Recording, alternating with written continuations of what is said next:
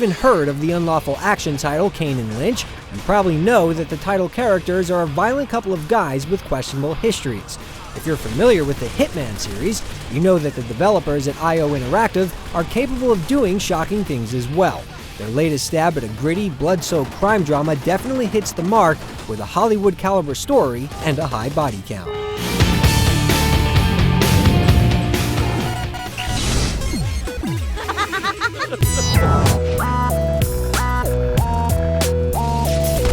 Other than the wholesale slaughter of anyone who gets in your way, trust and betrayal are the main themes. Fittingly, the main characters aren't your typical straightforward heroes or even anti-heroes, and they bring plenty of dysfunctional baggage to the table. Kane, who you'll directly control, is a family man turned mercenary with a laundry list of unsavory acts on his to-do list during his quest to save his daughter. Lynch is a medicated psychopath who may or may not have killed his wife, but has definitely killed a number of other people. Jesus, is that all you got? Christ, he killed the hostages. You're only faking it. The two men have a genuinely interesting journey that fits in well with an overall game design that focuses on heists, break-ins, and escalates to all-out war. If you have an objection to profanity and violence, you may want to take a pass on this one, but considering the themes, everything is right on target. Don't fucking talk to me. You just get your shit together, you hear me?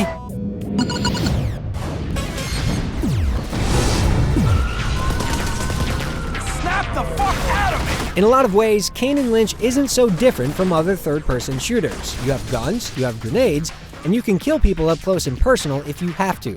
You also have just about everything else you'd want or need in a third-person shooter, including regenerating health, simple squad commands, a cover system that lets you blind fire from behind cover, and precision aiming when you hold down the left trigger. In the action department, the game manages to set itself apart with crowd scenes, notably a Tokyo nightclub scene and a chaotic prison break sequence. The game's progression is pretty typical too, with the action broken up by in-game cutscenes and full-blown in-between cinema scenes. The game does keep things moving by playing dialogue during load times. Who made you the boss, wife killer? Come on, Shelly. This isn't the time. And uses a flashback effect when you're in a near-death state to keep your mind in the story. Please, Kane. Listen to yourself. You're losing it. Kane and Lynch isn't an exceptionally long game, and later missions definitely stack the odds against you to round out the difficulty curve. But the game also includes a co-op mode that lets the second player take control of Lynch, who often carries a powerful revolver for novelty, and a unique semi-cooperative, semi-competitive online mode called Fragile Alliance that rewards you for both working together, screwing over your team, and taking revenge. Altogether, it's a compelling package that goes the extra mile to give players variety and value.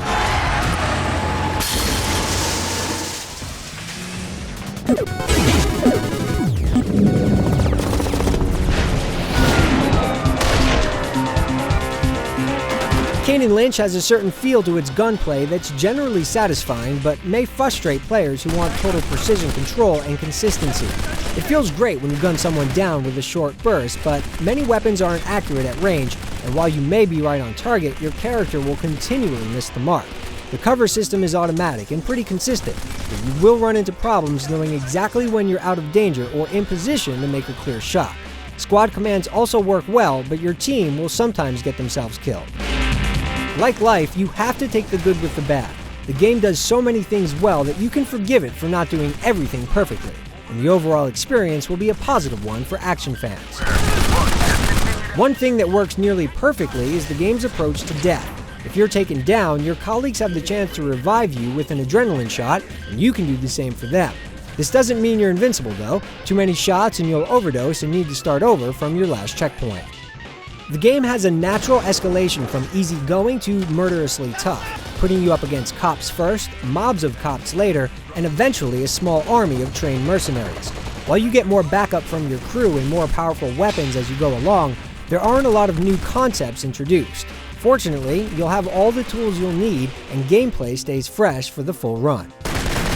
Co-op is only available offline and can be fun as long as you can deal with the handicap of a vertically split view. Fragile Alliance, the game's aptly named online mode, may not be the kind of bread and butter variety you can play for months on end, but working with your friends to collect money and deciding when to pull the trigger and betray the team is an exciting and unique experience.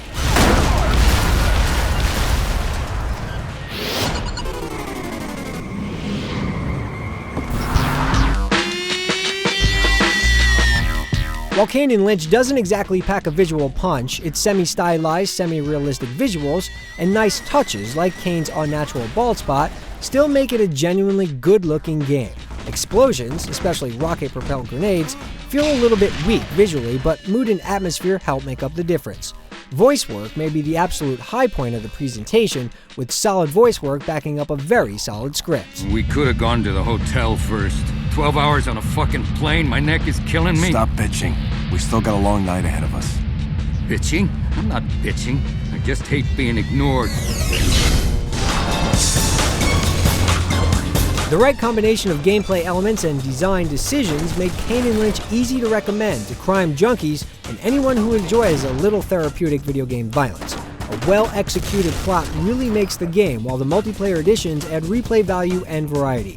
The game manages to find the right flow and lets you indulge your dark side while getting your action fix. Kane and Lynch go through hell, but you end up getting a pretty sweet deal.